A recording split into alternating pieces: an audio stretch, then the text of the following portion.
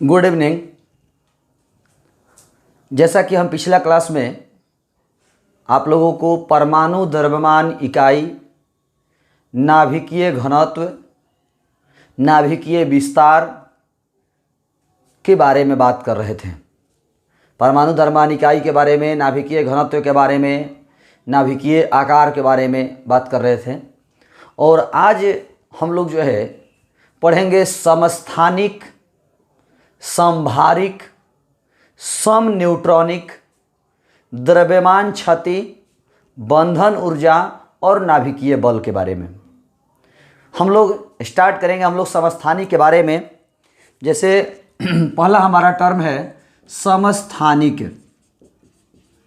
समस्थानिक आइसोटोप्स। बहादुर नाम से स्पष्ट है, समस्थानिक, जिनके स्थान बराबर हो वो समस्थानिक हैं। कहाँ पर स्थान बराबर हो? आवर्त सारणी में। कहाँ पर स्थान बराबर हो? आवर्त सारणी में। आवर्त सारणी में स्थान बराबर हो तो समस्थानिक है। आवर्त सारणी में स्थान बराबर हो तो समस्थानिक है। शायद आप जानते होंगे कि आवर्त सारणी में जो तत्वों को स्थान दिए गए हैं वो परमाणु संख्या के आधार पर दिए गए हैं। आवर्त सारणी में तत्वों को जो स्थान दिए गए हैं वो परमाणु संख्या के आधार पर दिए गए हैं। तो बहादुर, यदि स्थान बराबर है इसका मतलब हुआ कि परमाणु संख्या बराबर है। फिर से समझने की कोशिश करें। समस्थानिक का मतलब जिनके स्थान बराबर हो। आवर्त सारणी में जिनके स्थान समान हो वो समस्थानिक हैं।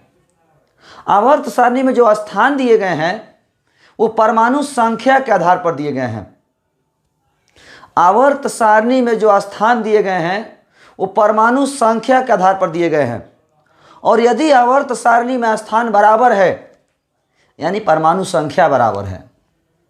आवर्त सारणी में स्थान बराबर है मतलब परमाणु संख्या बराबर है। यानी एक ही तत्व के वे परमाणु, एक ही तत्व के वे परमाणु जिनके परमाणु संख्या समान एवं द्रव्यमान संख्या भिन्न भिन्न हो, समस्थानिक कहलाते हैं। एक ही तत्व के वे परमाणु जिनके परमाणु संख्या समान एवं द्रव्यमान संख्या भिन्न भिन्न हो, समस्थानिक कहलाते हैं। थोड़ा सा तत्व का परिचय कर दें। तत्व के लिखने का जो फॉर्मेशन है हम उस पर चर्चा कर देते हैं। शायद आप लोग भी जानते होंगे एक्स ए जेड। ए होता है द्रव्यमान संख्या। ए क्या होता है? द्रव्यमान संख्या। और जेड होता है परमाणु संख्या। ए होता है द्रव्यमान संख्या और जेड होता है परमाणु संख्या। और ए माइनस जेड होता है न्यूट्रॉन की संख्या। ए माइनस जेड होता है न्यूट्रॉन की संख्या। और जेड बराबर पी बराबर ई होता है। यानी परमाणु संख्या बराबर प्रोटॉन की संख्या बराबर इलेक्ट्रॉन की संख्या। ये सब बातें हम आशा करते हैं आप लोग पहले से जानते होंगे। यहाँ द्रव्यमान संख्या रहता है, यहाँ परमाणु संख्या रहता है। द्रव्यमान संख्या में से परमाणु संख्या घटा देंगे, न्यूट्रॉन की संख्या मिलेगा। परमाणु संख्या बराबर होता है प्रोटॉन की संख्या बराबर इलेक्ट्रॉन की संख्या। तो एक ही तत्व के वे परमाणु, एक ही तत्व के वे परमाणु जिनमें परमाणुओं की संख्या समान होती है एवं द्रव्यमान संख्या भिन्न भिन्न होती है। परमाणु संख्या समान एवं द्रव्यमान संख्या भिन्न भिन्न होती है, समस्थानिक कहलाते हैं। परमाणु संख्या समान एवं द्रव्यमान संख्या भिन्न भिन्न होती है, समस्थानिक कहलाते हैं। परमाणु संख्या समान एवं द्रव्यमान संख्या भिन्न भिन्न होती है, समस्थानिक कहलाते हैं। बहादुर, अब आपने देखा कि परमाणु संख्या समान और द्रव्यमान संख्या भिन्न भिन्न हो, जैसे 1H1, 1H2, 1H3। तो इनमें हम देख पा रहे हैं कि परमाणु संख्या समान है और द्रव्यमान संख्या भिन्न भिन्न है। परमाणु संख्या नीचे वाला बराबर है और द्रव्यमान संख्या भिन्न भिन्न है। तो ये तीनों हाइड्रोजन के समस्थानिक हुए। ये तीनों हाइड्रोजन के समस्थानिक हुए। 2He3, 2He4 ये सब हीलियम के समस्थानिक हुए। नीचे बराबर है, ऊपर अलग अलग, परमाणु संख्या समान, द्रव्यमान संख्या भिन्न भिन्न, हीलियम के समस्थानिक हुए। 6C12, 6C12, 6C13, 6C14, ये सब कार्बन के समस्थानिक हुए। नीचे बराबर है, ऊपर भिन्न भिन्न है, ये तीनों कार्बन के समस्थानिक हैं, ये दोनों हीलियम के समस्थानिक है, ये तीनों हाइड्रोजन के समस्थानिक है। तो समस्थानिक जिनके आवर्त सारणी में स्थान समान हो समस्थानिक हैं। आवर्त सारणी में स्थान समान हो मतलब परमाणुओं की संख्या समान हो। तो एक ही तत्व के वे परमाणु जिनके परमाणु संख्या समान एवं द्रव्यमान संख्या भिन्न भिन्न हो समस्थानिक कहलाते हैं। एक ही तत्व के वे परमाणु जिनके परमाणु संख्या समान एवं द्रव्यमान संख्या भिन्न भिन्न हो समस्थानिक कहलाते हैं। जैसे कि ये तीनों एग्जाम्पल, इनमें परमाणु संख्या समान है, द्रव्यमान संख्या भिन्न भिन्न है, परमाणु संख्या समान, द्रव्यमान संख्या भिन्न भिन्न है, समस्थानिक हैं। शायद आप जानते होंगे, अभी जस्ट हमने बताया कि इनके आवर्त सारणी में स्थान समान होते हैं।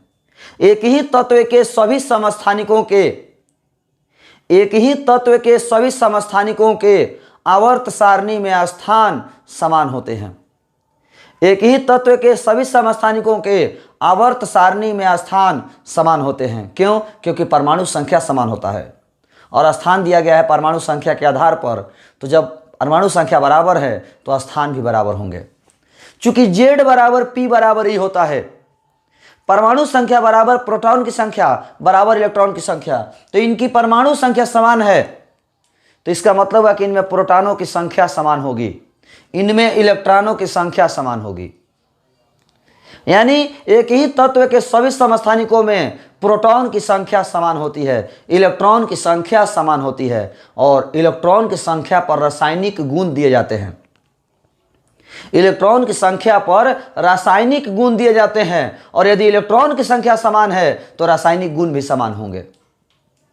इलेक्ट्रॉन की संख्या समान है तो रासायनिक गुण भी समान होंगे।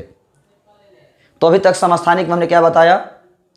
एक ही तत्व के वे परमाणु जिनके परमाणु संख्या समान और द्रव्यमान संख्या भिन्न भिन्न हो समस्थानिक कहलाते हैं। एक ही तत्व के सभी समस्थानिकों के आवर्त सारणी में स्थान समान होते हैं। एक ही तत्व के सभी समस्थानिकों में प्रोटॉनों की संख्या, इलेक्ट्रॉनों की संख्या समान होती है। इलेक्ट्रॉन की संख्या समान है तो इनके रासायनिक गुण समान होते हैं। लेकिन आप देखिएगा न्यूट्रॉन की संख्या A-Z होता है, तो 1 - 1 0, 2 - 1 1, 3 - 1 2, यानी न्यूट्रॉन की संख्या तीनों में अलग अलग है। न्यूट्रॉन की संख्या तीनों में अलग अलग है। उसी तरह 3 में से 2 गया 1, 4 में से 2 गया 2, दोनों में न्यूट्रॉन की संख्या भिन्न भिन्न है। यानी समस्थानिकों में प्रोटॉन की संख्या, इलेक्ट्रॉन की संख्या समान होती है, लेकिन न्यूट्रॉन की संख्या भिन्न भिन्न होती है। इलेक्ट्रॉन की संख्या समान है तो रासायनिक गुण बराबर है। परमाणु संख्या समान है तो प्रोटॉन की संख्या और इलेक्ट्रॉन की संख्या समान है। परमाणु संख्या समान है तो आवर्त सारणी में स्थान समान है। यह रहा समस्थानिक के बारे में। इसके बाद एक नोट कहता है कि हाइड्रोजन एकमात्र ऐसा तत्व है, हाइड्रोजन एकमात्र ऐसा तत्व है जिसके सभी समस्थानिकों के अलग अलग नाम दिए गए हैं। हाइड्रोजन एकमात्र ऐसा तत्व है जिसमें सभी समस्थानिकों के अलग अलग नाम दिए गए हैं। बहादुर, हम इसको भी हीलियम कहते हैं, इसको भी हीलियम कहते हैं, इसको भी कार्बन कहेंगे, इसको भी कार्बन कहेंगे, इसको भी कार्बन कहेंगे, सब कार्बने हैं, ये सब हीलियम है, लेकिन ये सब के सब हाइड्रोजन नहीं है। हाइड्रोजन एकमात्र ऐसा तत्व है जिसके सभी समस्थानिकों के अलग अलग नाम दिए गए हैं। हाइड्रोजन एकमात्र ऐसा तत्व है जिसमें सभी समस्थानिकों के अलग अलग नाम दिए गए हैं। क्या मतलब? 1H1 को हाइड्रोजन कहते हैं, 1H1 को हाइड्रोजन कहते हैं, 1H2 को ड्यूटेरियम कहते हैं, 1H2 को ड्यूटेरियम कहते हैं और 1H3 को ट्राइटियम कहते हैं, ट्राइटियम कहते हैं। याद रखिएगा, 1H1 hydrogen, 1H2 deuterium, 1H3 tritium. Hydrogen ही एकमात्र ऐसा तत्व है जिसके सभी समस्थानिकों के अलग अलग नाम दिए गए हैं। प्रश्न पूछ सकता है ड्यूटेरियम क्या है? ड्यूटेरियम क्या है? तो ड्यूटेरियम हाइड्रोजन का एक समस्थानिक होता है। ड्यूटेरियम हाइड्रोजन का एक समस्थानिक होता है जिसका संकेत 1H2 होता है।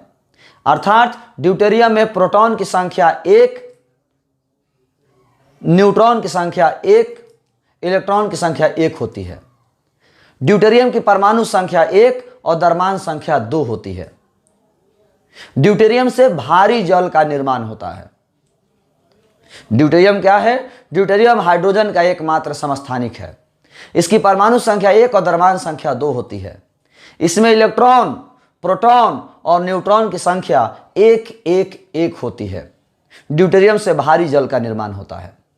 हाइड्रोजन एकमात्र ऐसा तत्व है जिसमें सभी समस्थानिकों के अलग अलग नाम दिए गए हैं। ड्यूटेरियम से भारी जल का निर्माण होता है। ड्यूटेरियम से भारी जल का निर्माण होता है, D2O। ड्यूटेरियम से भारी जल का निर्माण होता है, D2O। साधारण जल H2O, साधारण जल H2O और भारी जल D2O। ड्यूटेरियम, भारी जल में ड्यूटेरियम का इस्तेमाल होता है। साधारण जल का सूत्र H2O होता है और भारी जल का सूत्र ड्यूटेरियम होता है। एक मास्टर साहब स्टूडेंट से पूछे कि जल का अवयव बताओ, जल में कौन कौन चीज़ शामिल होता है। लड़का शुरू हो गया, sulphur, chlorine, fluorine, hydrogen, oxygen, nitrogen सब बोलना शुरू कर दिया। मास्टर साहब गुस्सा गए, कहते ही कौन सा जल का सूत्र होता है? ऐसा जल का तो कोई सूत्र नहीं होता है। लड़का बोला सर नाले के पानी का, नाले के पानी में सब शामिल है। तो चीज़ें हो जाती है सही में। जैसे आपने देखा हाइड्रोजन का और ऑक्सीजन का जो कॉम्बिनेशन है वो साधारण जल का निर्माण करता है और ड्यूटेरियम और ऑक्सीजन के जो कॉम्बिनेशन है वो भारी जल का निर्माण करता है। ड्यूटेरियम और ऑक्सीजन का जो कॉम्बिनेशन है वो भारी जल का निर्माण करता है। इस प्रकार हमने आपको समस्थानिक के बारे में बताया। हाइड्रोजन एकमात्र ऐसा तत्व है जिसके सभी समस्थानिकों के अलग अलग नाम दिए गए हैं। 1H1 hydrogen, 1H2 deuterium. तो हम बात कर रहे थे कि 1H1 हाइड्रोजन है, 1H2 ड्यूटेरियम है और 1H3 ट्राइटियम है। और साधारण जल में D2O, भारी जल साधारण जल H2O और भारी जल D2O होता है। भारी जल में ड्यूटेरियम का इस्तेमाल होता है। अब हम बात करने वाले हैं समस्थानिक के उपयोग के बारे में। समस्थानिक का क्या उपयोग है? तो समस्थानिक का उपयोग कोई बड़ी बात नहीं है। कृषि विज्ञान में, औषधि विज्ञान में, उद्योग धंधा में, और हम बात कर रहे हैं तो कृषि विज्ञान, औषधि विज्ञान, उद्योग धंधा और नाभिकीय अनुसंधान में समस्थानिक का प्रयोग किया जाता है। नाभिकीय अनुसंधान में, कृषि विज्ञान में, उद्योग में और यदि औषधि विज्ञान में, इन सब चीज़ों में समस्थानिक का उपयोग होता है। कैसे होता है ये तो हम आपको नहीं कह पाएंगे। इसके बाद हम बात कर रहे हैं carbon dating. Carbon dating, carbon dating बहादुर, कार्बन डेटिंग कह रहा है कि कार्बन के C612 समस्थानिक के, कार्बन के C612 समस्थानिक के मदद से, कार्बन के C612 समस्थानिक के मदद से किसी जीवाश्म के आयु निर्धारण करने की विधि, कार्बन के C612 समस्थानिक के मदद से किसी जीवाश्म के आयु निर्धारण करने की विधि, उम्र ज्ञात करने की विधि कार्बन डेटिंग कहलाती है। और कार्बन डेटिंग को हम कार्बन आइसोटोप डेटिंग के नाम से भी जानते हैं। कार्बन डेटिंग को हम कार्बन आइसोटोप डेटिंग के नाम से भी जानते हैं। कार्बन के C612 समस्थानिक के मदद से किसी जीवाश्म की आयु ज्ञात करने की विधि, कार्बन के C612 समस्थानिक के, कार्बन के C612 समस्थानिक के मदद से किसी जीवाश्म की उम्र ज्ञात करने की जो विधि है वो कार्बन डेटिंग या कार्बन आइसोटोप डेटिंग कहलाती है। कार्बन डेटिंग या कार्बन आइसोटोप डेटिंग कहलाती है। कार्बन डेटिंग की मदद से हम किसी जीवाश्म की आयु प्राप्त करते हैं। आए दिनों पेपर में सुनते होंगे कि यहाँ पर 10,000 साल पुराना जीवाश्म प्राप्त हुआ है, 5,000 साल पुराना जीवाश्म प्राप्त हुआ है। ये कैसे पता चलता है? ये उम्र कैसे ज्ञात होता है? तो कार्बन डेटिंग या कार्बन आइसोटोप डेटिंग के मदद से ही ज्ञात होता है। सवाल है कार्बन का ही इस्तेमाल क्यों होता है? क्योंकि कार्बन हर एक वस्तुओं में उपस्थित होता है, कार्बन की मात्रा हर एक वस्तुओं में उपस्थित होता है, इसलिए कार्बन की मदद से ही हम किसी जीवाश्म की आयु का निर्धारण करते हैं, उम्र का पता करते हैं। कार्बन डेटिंग को हम कार्बन आइसोटोप डेटिंग के नाम से भी जानते हैं। कार्बन डेटिंग को हम कार्बन आइसोटोप डेटिंग के नाम से जानते हैं। तो अभी तक हमने आपको समस्थानिक के बारे में क्या क्या बताया। समस्थानिक जिनके परमाणु संख्या समान और द्रव्यमान संख्या भिन्न भिन्न हो। सभी समस्थानिकों के आवर्त सारणी में स्थान समान होते हैं। प्रोटॉनों की संख्या इलेक्ट्रॉनों की संख्या समान होती है। इलेक्ट्रॉनों की संख्या समान होती है तो रासायनिक गुण समान होता है। न्यूट्रॉनों की संख्या भिन्न भिन्न होती है। हाइड्रोजन एकमात्र ऐसा तत्व है जिसके सभी समस्थानिकों के अलग अलग नाम दिए गए हैं। 1H1 hydrogen, 1H2 deuterium, 1H3 tritium. Deuterium का इस्तेमाल भारी जल में होता है। भारी जल का संकेत D2O होता है। समस्थानिक का उपयोग कृषि विज्ञान में, औषधि विज्ञान में, नाभिकीय अनुसंधान में और उद्योग धंधा में होता है। कार्बन डेटिंग कार्बन के C612 समस्थानिक की मदद से किसी जीवाश्म की उम्र ज्ञात करने की विधि, उम्र निर्धारण करने की विधि कार्बन डेटिंग कहलाती है। इसे कार्बन आइसोटोप डेटिंग के नाम से भी जानते हैं। तो अभी तक हमने आपको समस्थानिक के बारे में बताया। अब यदि समस्थानिक से रिलेटेड यदि कोई सवाल हो तो आप सवाल कर सकते हैं। अगला है समभारिक। अगला है समभारिक आइसोबार्स। ये तो नाम से स्पष्ट है कि समभारिक है। सम माने बराबर, भार जिनके बराबर हो समभारिक है। भार जिनके बराबर हो वो समभारिक है। जिनके भार बराबर हो वो समभारिक है। तो बहादुर विभिन्न तत्वों के वे परमाणु, विभिन्न तत्वों के वे परमाणु जिनके द्रव्यमान संख्या समान एवं परमाणु संख्या भिन्न भिन्न हो समभारिक कहलाते हैं। विभिन्न तत्वों के वे परमाणु, विभिन्न तत्वों के वे परमाणु जिनके परमाणु संख्या भिन्न भिन्न और द्रव्यमान संख्या समान होते हैं समभारिक होता है। समभारिक होता है। बहादुर यदि हम बात करते हैं 1H3 और 2He3, आप देख सकते हैं ऊपर में द्रव्यमान संख्या समान है और परमाणु संख्या भिन्न भिन्न है, समभारिक है। ऊपर में द्रव्यमान संख्या समान है, नीचे में परमाणु संख्या भिन्न भिन्न है, समभारिक है। 6C14 7N14, ऊपर में देख सकते हैं द्रव्यमान संख्या समान और परमाणु संख्या भिन्न भिन्न है, समभारिक है। ये भी समभारिक है, ये भी समभारिक है।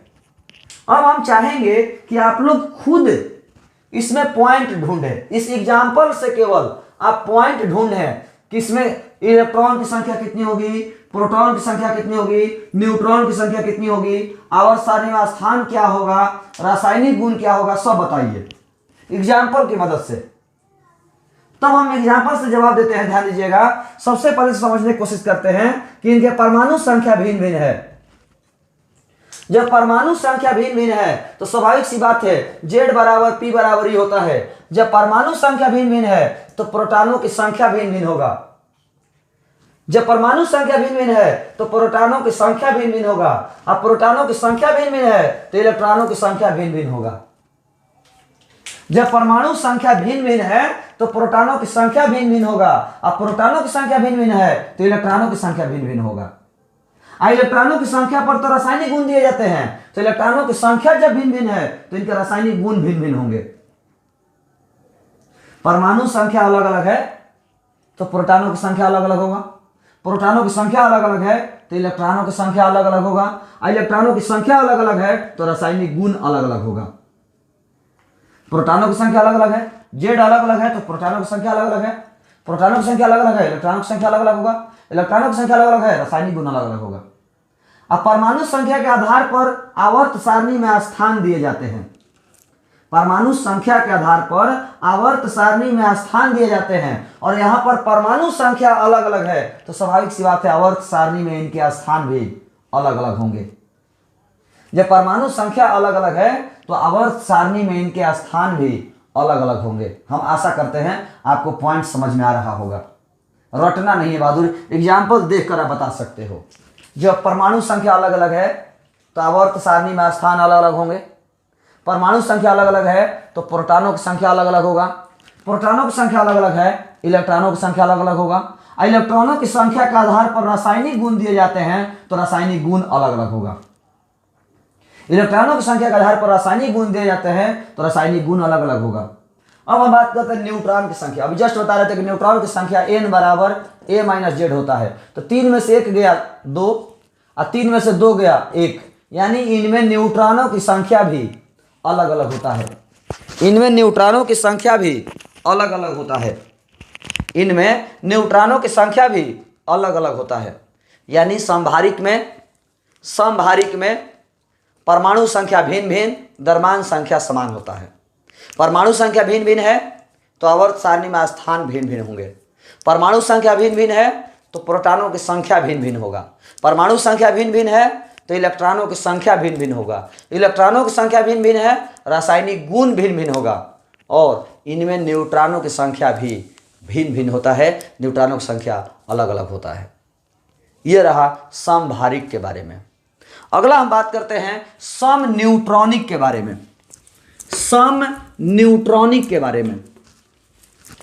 समन्यूट्रॉनिक नाम से स्पष्ट है, जिनमें न्यूट्रॉनों की संख्या समान हो वो समन्यूट्रॉनिक है।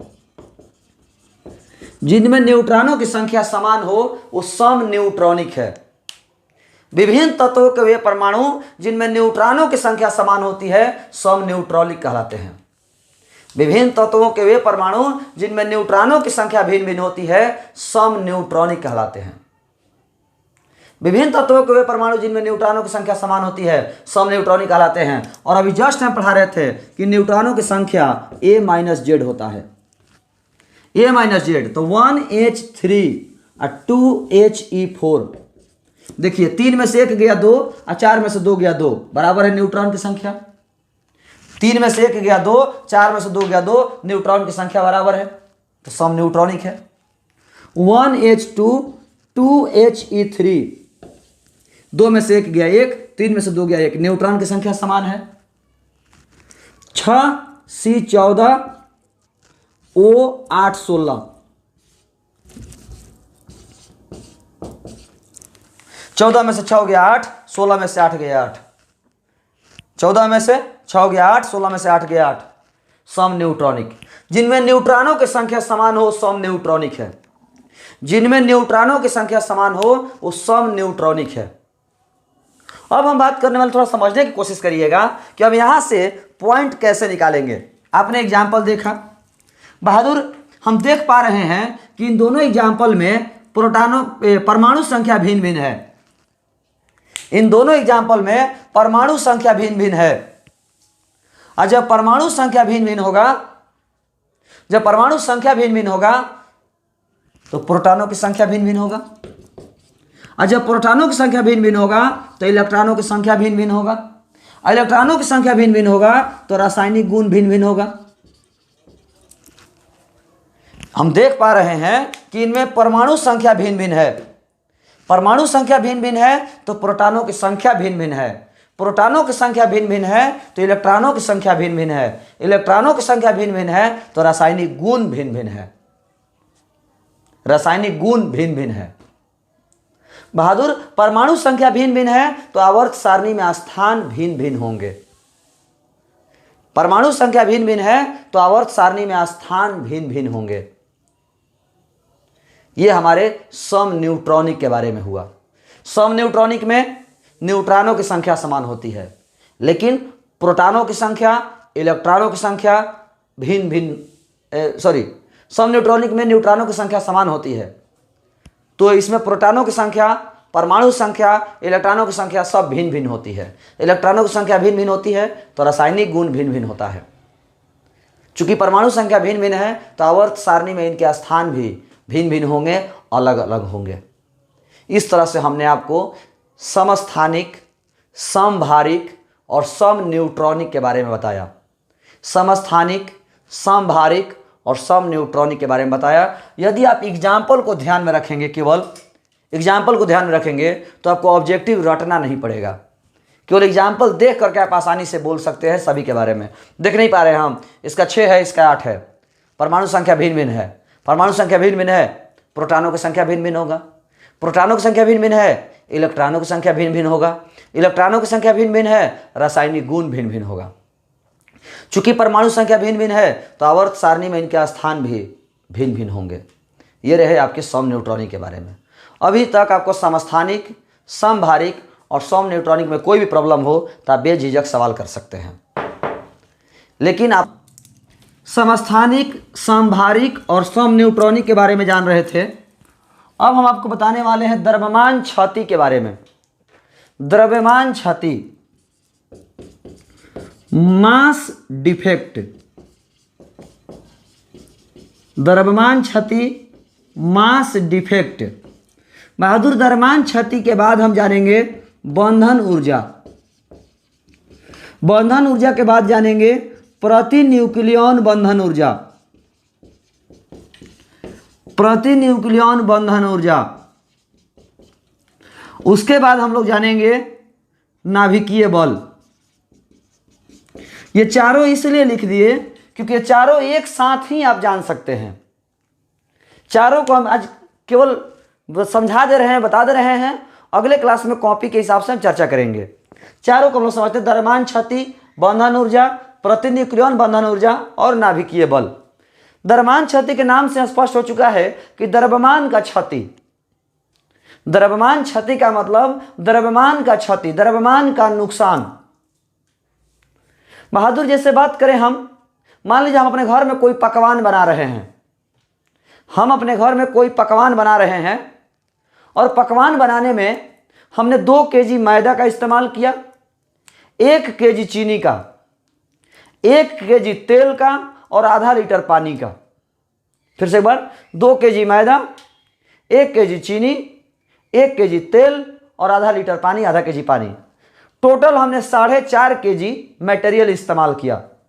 उससे हमने पकवान बनाया। उससे हमने पकवान बनाया तो क्या हमारा पकवान 4.5 केजी ही रहेगा? क्या हमारा पकवान 4.5 केजी रहेगा? हमने 2 केजी मैदा इस्तेमाल किया, 1 केजी चीनी इस्तेमाल किया, 1 केजी तेल इस्तेमाल किया, आधा केजी पानी इस्तेमाल किया और उससे जो हमने पकवान बनाया, क्या वो पकवान 4.5 केजी रहेगा? तो नहीं रहेगा। पकवान का वजन 4.5 केजी से कम हो जाएगा। सवाल है क्यों कम हो जाएगा? क्यों कम हो जाएगा? क्योंकि जब पकाइएगा आप, जब इन सभी चीज़ों को मिलाकर के पकवान बनेगा, पकाइएगा तो कुछ मात्रा कम हो जाएगी। पकने में कुछ मात्रा कम हो जाएगी, कुछ द्रव्यमान कम हो जाएगा। वही द्रव्यमान क्षति है। यदि उसको पकाइएगा नहीं, केवल ऐसे ही तो तेल, पानी, चीनी, मैदा सब मिला दीजिए और उसका वजन कीजिएगा तो 4.5 केजी ही रहेगा। पकाइएगा मत, ऐसे ही केवल मिला दीजिए, उसका वजन कीजिएगा तो 4.5 केजी रहेगा। लेकिन जब पकाइएगा तो उसका वजन कम हो जाएगा, यानी मात्रा कम हो गई। क्यों कम हो गई? द्रव्यमान कम हो गया। क्यों कम हो गया? क्यों कम हो गया द्रव्यमान?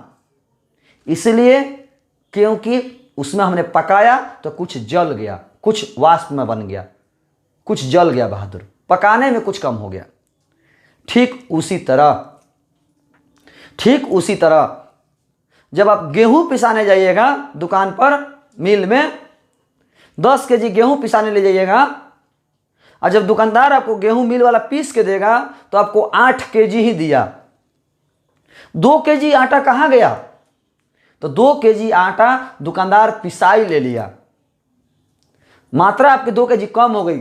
यदि नहीं गेहूं पिसवाइएगा तो 10 केजी का 10 केजी रहेगा, लेकिन जैसे ही आप पिसवाई कराए तो कुछ मात्रा कम हो गई, 8 केजी हुआ। या तो आप 2 केजी आटा कम देगा, या तो दुकानदार आपको 8 केजी आटा देगा, 2 केजी कम देगा, और नहीं तो पिसाई पैसा दीजिए उसको पिसाई आप पैसा दीजिए।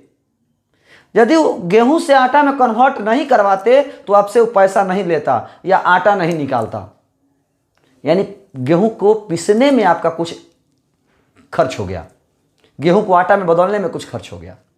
ठीक उसी तरह यदि हम बात कर रहे हैं किसी नाभिक के बनाने वाले 2 गो प्रोटॉन और 2 गो न्यूट्रॉन हैं, किसी नाभिक के बनाने वाले 2 गो प्रोटॉन हैं और 2 गो न्यूट्रॉन हैं, तो 2 गो प्रोटॉन और 2 गो न्यूट्रॉन को आप अलग अलग लेकर के वजन कर लीजिए, बाहरी बाहरी। 2 गो प्रोटॉन और 2 गो इलेक्ट्रॉन को बाहर बाहर लेकर वजन कर लीजिए, अलग अलग वजन कर लीजिए।